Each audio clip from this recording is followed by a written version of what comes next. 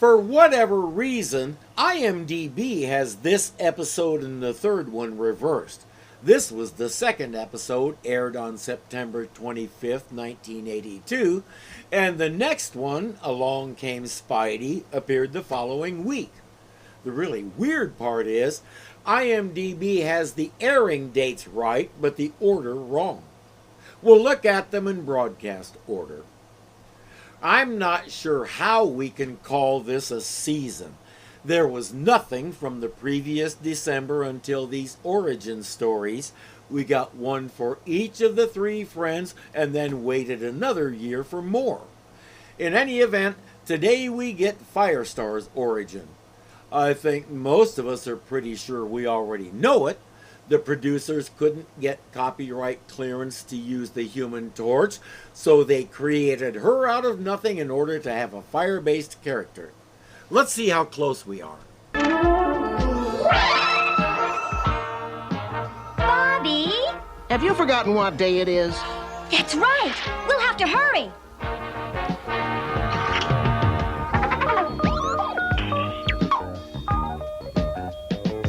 Something just occurred to me. Who puts the room back to the Aunt May version after they leave? Spiderman is out catching a pair of bank robbers.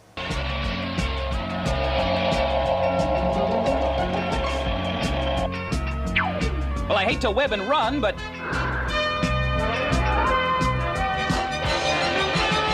Where'd you learn how to drive? Just trying to get your attention. What's the big hurry? We're going to an X-Men reunion. And Professor X doesn't like us to be late. That's right. You both used to be members of the X-Men. Say, do you think I could come? Sorry, Spidey. This is for X-Men only. Yeah, maybe next time, buddy. Have fun. I'll just hang around on this really exciting old tower. It's about to get exciting when it suddenly starts shaking.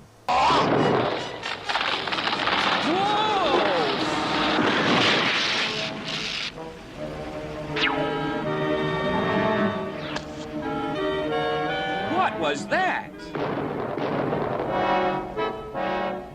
The power of the Juggernaut! I'm after the X-Men, and nothing will stand in my way! He's not exaggerating. He is literally unstoppable. It's his power. I don't need to go into the Juggernaut's background because he's going to do it for me. About the only thing he didn't tell us is his real name. It's Cain Marko, and as he will tell us repeatedly, Charles Xavier is his stepbrother. Could we possibly talk this over? I will destroy my stepbrother Charles Xavier and his juvenile band of X-Men. I am the one who found the lost temple of Spiderman. I am the one who stole its mystic power. That power transforms me into the human Juggernaut. The only one who can destroy the X-Men. That flashback showed him in your basic explorer's clothes, but in the comics, he and Charles were in the army stationed in Korea. They got lost in the jungle and were trying to find the rest of their unit when they came upon this temple of Spiderman. He, she, it was one of the beings that Dr. Strange often mentioned.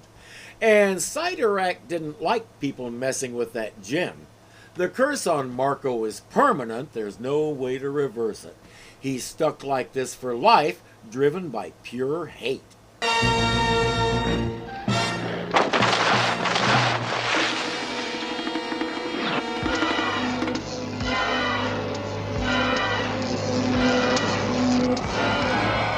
If cement can't stop him, what can? Nothing. That's the whole point of what he is.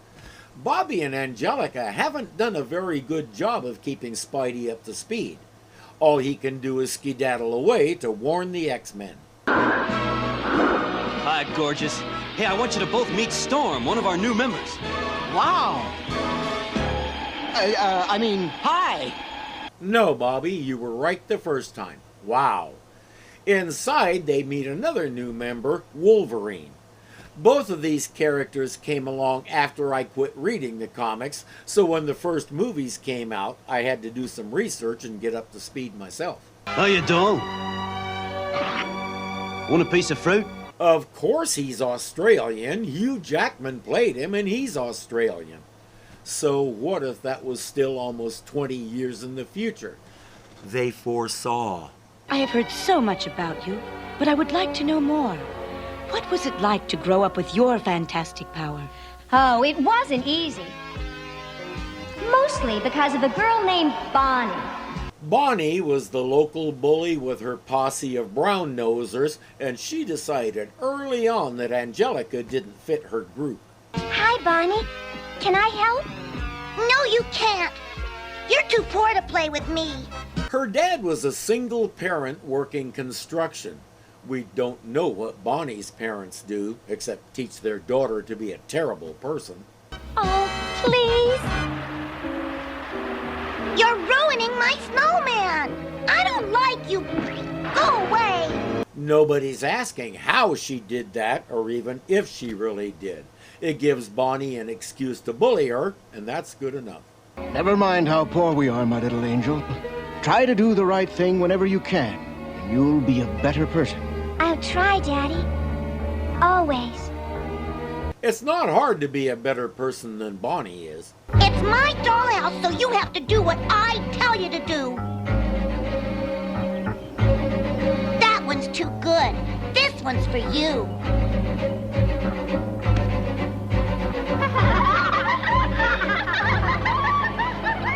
I would have started doing some kind of comedy routine with it, but that's just me. I often had kids treat me just like this. Humor was my defense mechanism. I'd make jokes about what they were doing to me, and it usually got them to lose interest because they weren't getting the reaction they wanted. Then I'd go home and cry where they couldn't see it. My dollhouse is melting! Everything bad happens when you're around. You're a jinx, Angelica. Angelica the Jinx. That became her nickname, but she had discovered she had power. I began to experiment.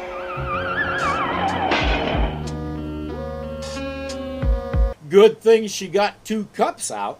Now she just has to think of an explanation for why that one is all over the room.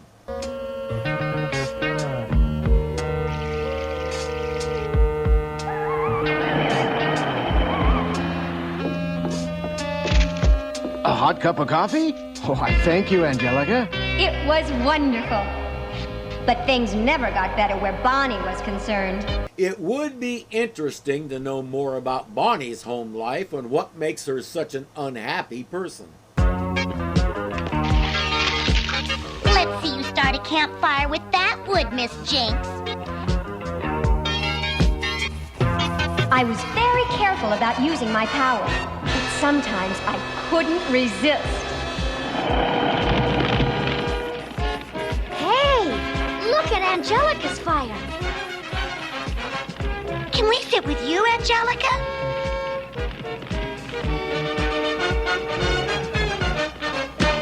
I would be more than half inclined to say no. They've been good little sheep following Bonnie's lead where Angelica is concerned, so why should she treat them any differently than they treat her? Try to do the right thing whenever you can, and you'll be a better person. That's why. She really is a better person. Where Bonnie appears to get stuff like big doll houses and all, Angelica gets wisdom. She's wealthier than Bonnie is ever likely to be. There was only one time after that I really lost control.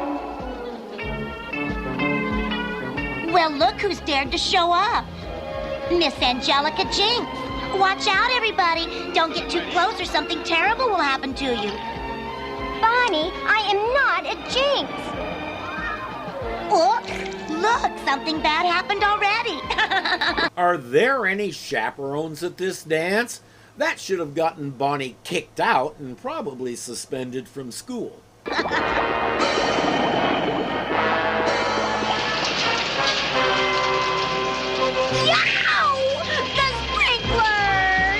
Bonnie keeps saying Angelica ruins everything, but who's the consistent antagonist here? Who starts the conflict for no good reason?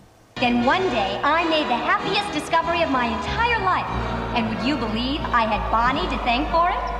Gee, don't be late, Miss Jinx, especially with your book report due today. Bonnie, my book report! I had to get those pages back. I didn't realize at first what I'd done. The paper hadn't come down. I'd gone up. I could fly! I have a lifelong recurring dream about flying. Up there in the air, I feel so free. Nothing bothers me except my one archenemy, power lines. I have a lot of near misses. I wanted to keep on flying forever. Angelica, why are you late? I forgot my book report and had to go home for it. She didn't tell on us. Angelica's okay. Not to me. I'll never like her. Because she knows Angelica is a better person.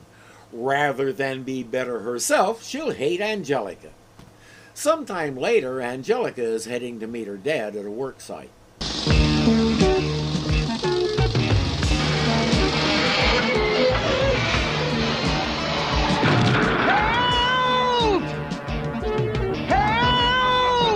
The girders are shifting, and soon the one he is on is going to slip loose and fall.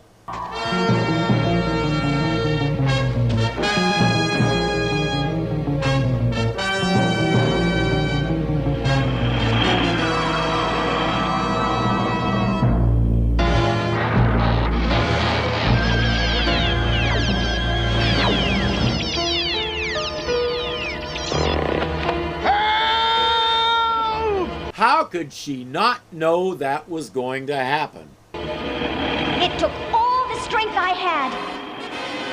But I did it! Angelica appears and her dad says, whoever that guy was, he's pretty amazing.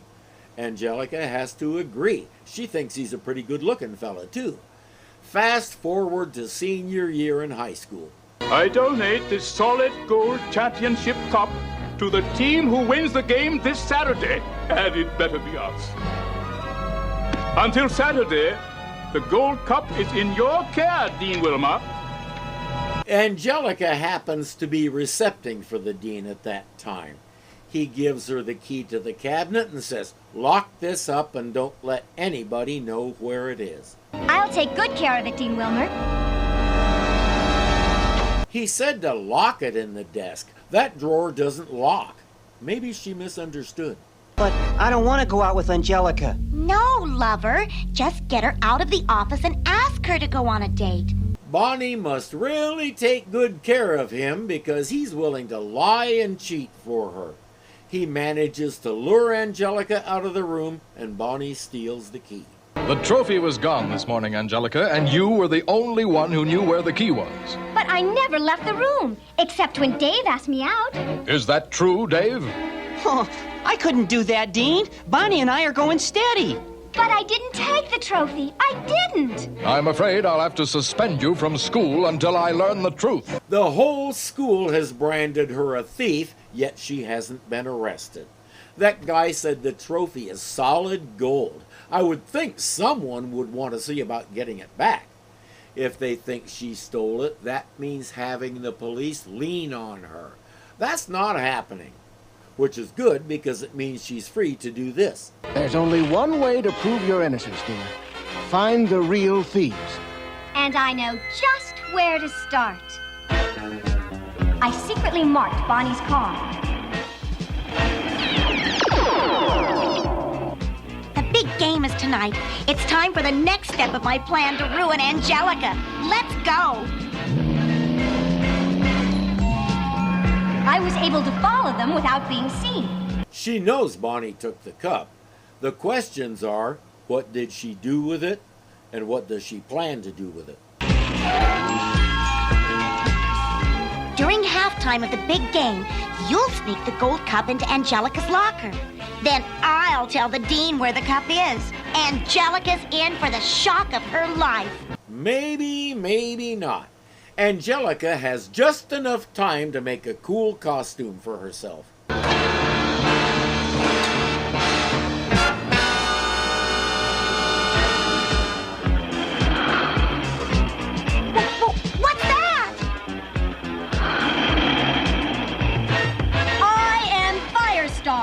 You have accused an innocent girl of stealing the gold championship cup. I will show you the real thief.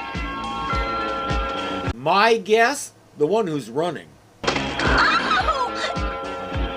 I'll tell! I did it! I stole the cup! Hey, look at that. I was right. Louder! Again!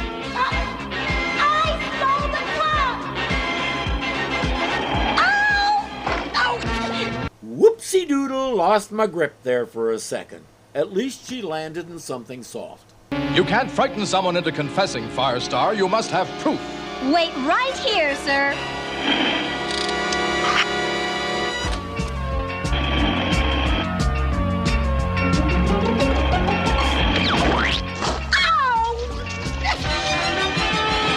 Here's your proof. It was all her idea. You're both expelled from this school. And as for you, Dean, next time, put a replica in the display case and put the real one in a safe. Better yet, keep the replica, sell the solid gold one for a small fortune, and put the money toward teachers' salaries. Look, it's Angelica. It was Bonnie and Dave all along. We knew you didn't do it. Sure you did. Look at all the plastic people. Angelica knows for sure now that she doesn't fit in with these people. And that's not a bad thing. But now, what does she do with Firestar? Don't go any further. The ice-stounding, ice-amazing Iceman at your service. You won't trap me that easily.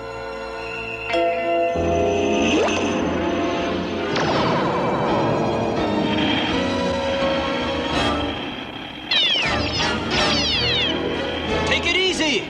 We're the good guys. Follow me. I never understood why they changed Warren's costume to leave his hair exposed.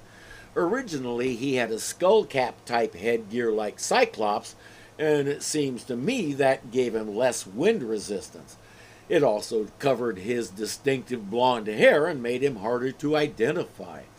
Considering he comes from a rich and influential family, every little thing that conceals his identity can only help. Congratulations, Firestar. We're the X-Men, and we want you to join us. But why? Because you're a mutant like us, a person with extra power. Mutant. She finally has a word for it. Our teacher, Professor X, will train you in the best ways to use your powers. It's a chance to help all mankind as well as yourself. What do you say? Yes! I don't know why Cyclops sounds like one of those AI Reddit story readers that my kids sometimes listen to. While all that was happening, Spiderman was falling through the pavement into a subway tunnel. He has to hope it leads to Westchester County, where X-Men headquarters is, because he still needs to warn them about the...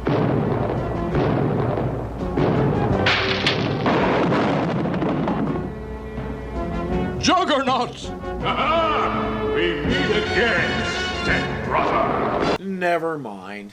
Cyclops with his force beams, Storm with her lightning, and Wolverine with his knives can't stop the Juggernaut. There's only one way to defeat him. We must remove his helmet, the source of his power. Not exactly. The curse is the source of his power. The helmet protects him from his stepbrother's mental attacks. In the comics, Professor X could shoot what he called mental bolts to disable someone. They worked equally well on Marco, but only when the helmet was off. When Kane Marco's dad married Charles Xavier's mom, Charles became the favorite and Kane was just there. He may still be carrying some resentment from that. I'm coming for you, Charles Xavier! Professor! You! Sorry I'm late for the party. Guess you can use some help with this gatecrasher? Now that the professor is safe, it's Spider-Man's turn to go for Juggernaut's helmet. This'll hold in a few seconds. It's up to you, Spidey. It's coming. And since it's his show, he succeeds. I don't need my helmet to crush you! Without your helmet, your mind is defenseless against my mental power. You cannot move. You are paralyzed. That's more or less what I was talking about. In the early comics, things weren't that specific. The professor just said something about mental bolts, and you saw a beam shooting from his head to Marco's and Marco reeling from it. I'm not a fan of retconning, but I do like it when I get more detail about something like I'm seeing here. Marco collapses. Now what do they do with him? Sorry, but we're almost out of runtime, so we'll leave it to them to figure out. This was good. Each of the X-Men got a chance to show what they can do, including Professor X. We got detail galore about Firestar's history. The only loose end that's still bugging me is, how did her dad react when he learned that she's a mutant and she's going off to a school with other mutants? Since it's a private school, I'm sure his first question was, what's it gonna cost me?